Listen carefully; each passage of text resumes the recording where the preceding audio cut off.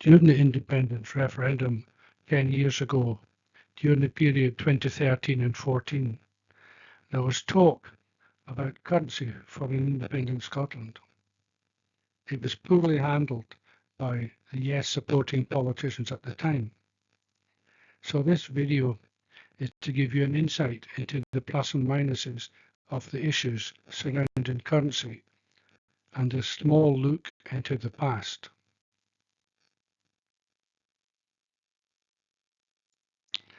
So I'm going to mention what a country gains from having its own currency, the downside of using someone else's currency. I'm going to introduce to you the Scottish Currency Group, well worth looking into. I'm going to talk briefly about the mistakes made in the 2014 independence referendum. So, what does a country gain from having its own currency? The top-level statement is this: a country having its own currency provides significant benefits, primarily monetary policy independence and exchange rate flexibility, allowing it to tailor economic strategies to specific domestic needs. The country can set its own interest rates and control its money supply to manage domestic economic conditions such as inflation, growth and employment. This ability is crucial because different countries have different economic needs and a policy that works for one may be unsuitable for another.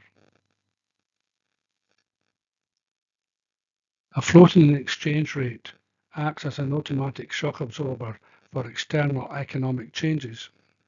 If a country is in a recession, its currency may depreciate, making its exports cheaper and more competitive in the global market, thereby stimulating domestic economic growth.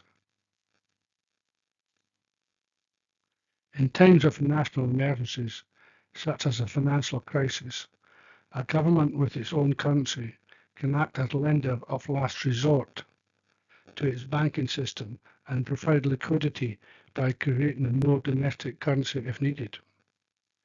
Countries without the ability may have to rely on foreign financing, which can expose them to currency risk and refinancing challenges.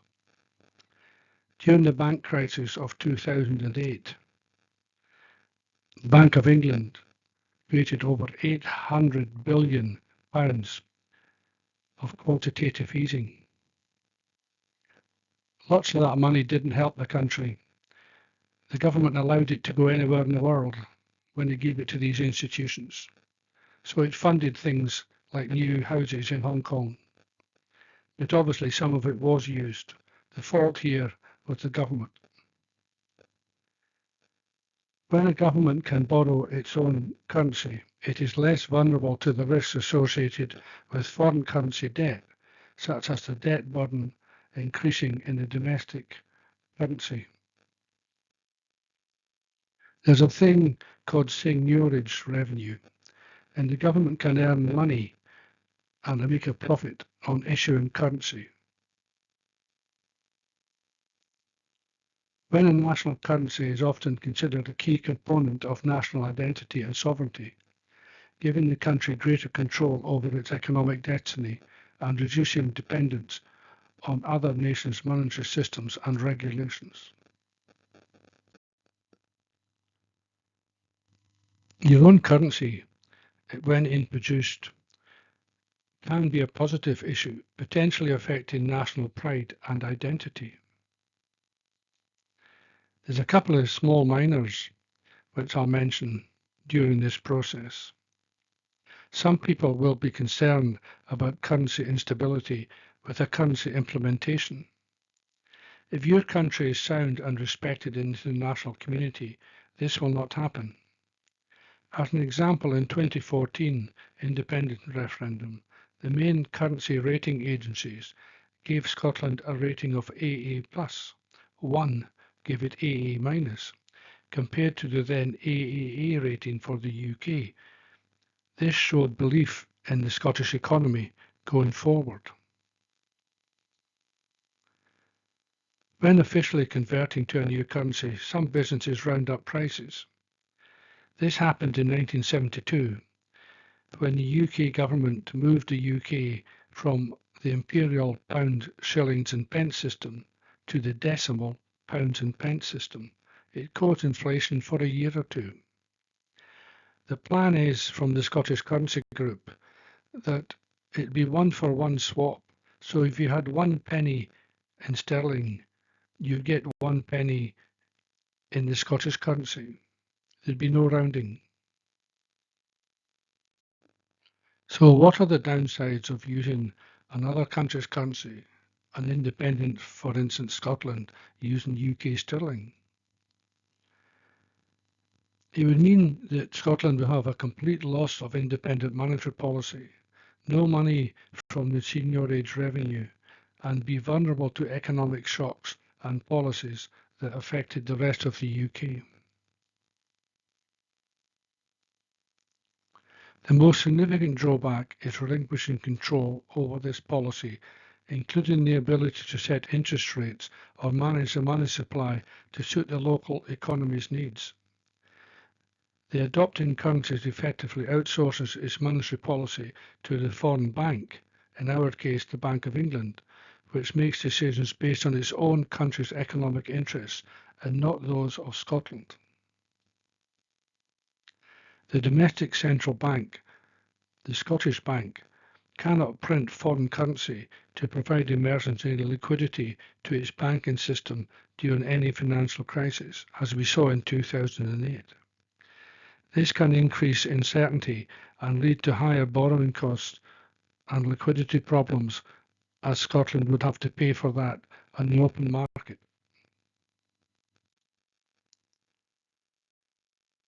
A country cannot devalue its currency to make its export cheaper and more competitive in global markets. If the foreign currency appreciates, the country's exports may become uncompetitive, potentially limiting economic growth. Losing the seigniorage revenue is the profit the government makes from issuing currency that would not be available if you use somebody else's currency. The domestic economy becomes more susceptible to economic changes and policy shifts in the currency's country of origin, which may not align with your own economic cycle.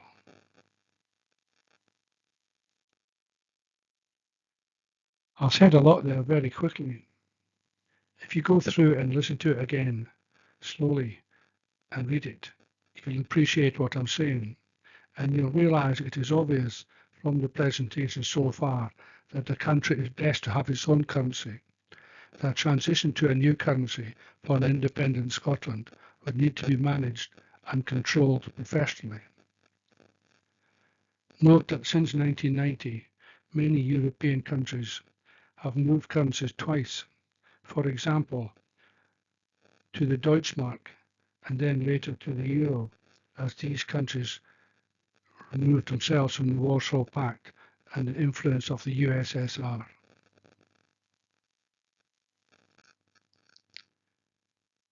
There's one group, the Scottish Currency Group, that has been created not long after the 2014 referendum, and they've grown. If you look into this, and especially if you become a member, you'll learn a lot. There's videos, podcasts and everything here. But this group has actually looked at what do you need? What size of building do you need? What staff do you need? How long will it take? What exactly are all the steps you have to go through? Detailed minutely, so that in the event of Scotland winning an independence referendum or decision, then they would be ready. We could move the day after the vote. That's the URL to get to this website. Taken from that website, this is what they say. The Scottish Currency Group is driven by volunteers passionate about Scottish independence and a Scottish currency available to launch from day one of independence. a group of people who have gathered to bring to the table relevant lifelong knowledge, experience and expertise in various fields to formulate a workable plan for the introduction of the Scottish currency. The plan is also to communicate to Scottish voters the importance of Scottish currency in shaping the collective vision for an independent Scotland. There are some independence groups affiliated to the Scottish Currency Group. This is who they are.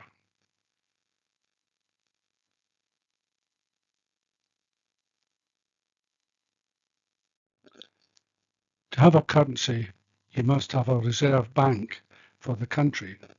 The UK has the Bank of England, and Scotland will need a Scottish Reserve Bank.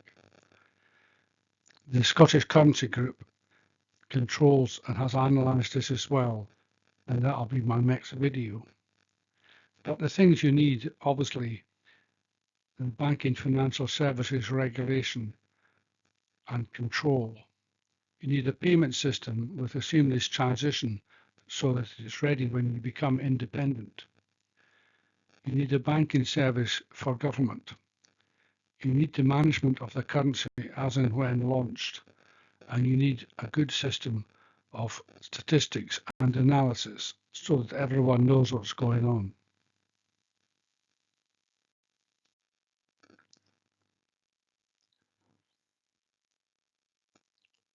From their website, in order to set these up, it will be necessary to have a clear plan and requirements in place before any democratic event, ready to start implementing if and as soon as a decision was made to become independent.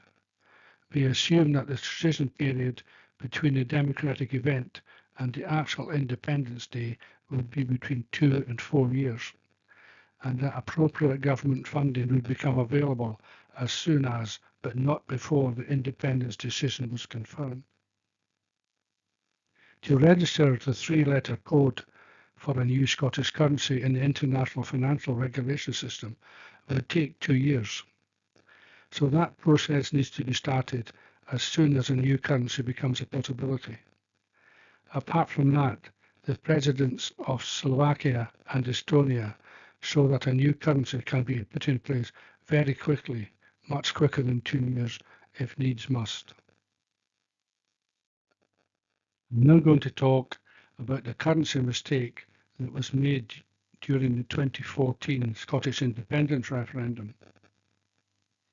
In November 13, the Scottish Government produced the book you see here, Scotland's Future. It had many things about the future and the different things that could happen in Scotland as an independent country, and one of the things it discussed was currency. The Scottish Government got external advisors, economists, to recommend options ahead. And they said, well, you could have a sterling union with the UK where they had a relationship contractually binding to make it all work smoothly. You could, of course, use sterling with no union, as sterling is an internationally floated currency. You could use your own Scottish currency or join the euro. The advisors recommended that Scotland should go ahead from day one with its own currency. But the First Minister, and no doubt a few advisors, chose this option, not the option recommended.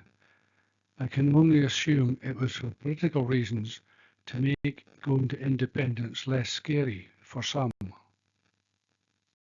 This is George Osborne, the Chancellor of the Exchequer of the UK, in 2013, with Edmund Castle in the background, saying clearly that the UK government will not go into a sterling union with an independent Scotland. At the time, the Daily Record newspaper had a long article on this, and it started by saying, George Osborne has missed the idea of a currency union with an independent Scotland as the UK government moved to distance itself from damaging comments made by an anonymous minister suggesting that the pound would be shared in the event of a yes vote. So he set off to undermine that story, but also to undermine the paper, the proposal that the Yes movement, through their book Scotland's Future, had planned, and it did undermine it. Soon afterwards, Alistair Darling was asking questions of Alex Salmond, Scotland's First Minister, and he asked, "You're not getting your currency sterling union now. What are you going to do?" Alex looked flustered. He hummed and hawed,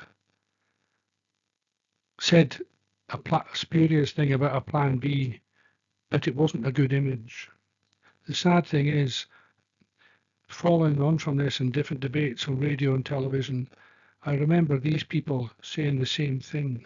It was almost that they had no idea what the options were, now that their one and only option that they were favouring was no. In 2018, the SNP produced a document, quite a thick one, called the Sustainable Growth Commission, and its purpose was to look at what could happen in the early years of Scotland once they were independent. On the issue of currency, they were still sticking with sterlinisation, which to me at the time I thought, what? Can you not remember what the UK government said? I couldn't understand it, and lots of people in the Yes movement and some of the media couldn't understand why they did this either.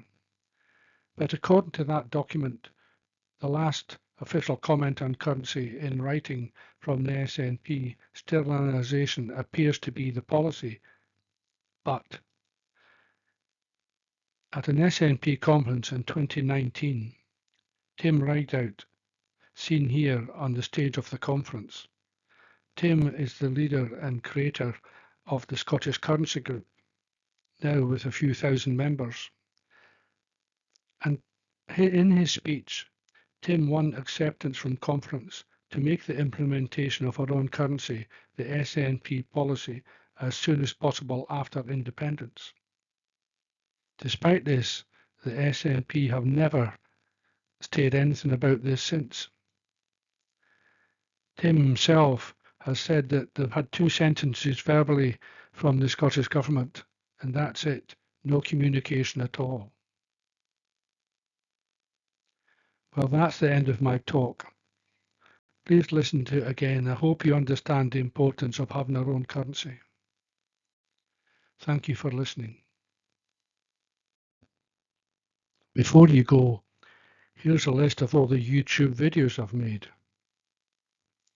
If you go into YouTube and at the search bar at the top of the screen, type in @RobertAnderson9116, that's my YouTube channel, then you'll have access to all my videos in a list. Or you can simply key in the name, as seen here, to get the specific video you're interested in. This is my plans for the ahead. I plan to do the Scottish Reserve Bank next, because it's mentioned in this video, just to show you how it all ties together. I'm then going to follow that up with a slight history one called What's in a Scottish Name. You can see above that one called the Saltire and the Crown. Well, I'm going to combine that within What's in a Scottish Name. So the next video is the Scottish Reserve Bank. Thank you very much for supporting me and listen to my videos. Subscribe please if you feel like it to my channel. Thank you.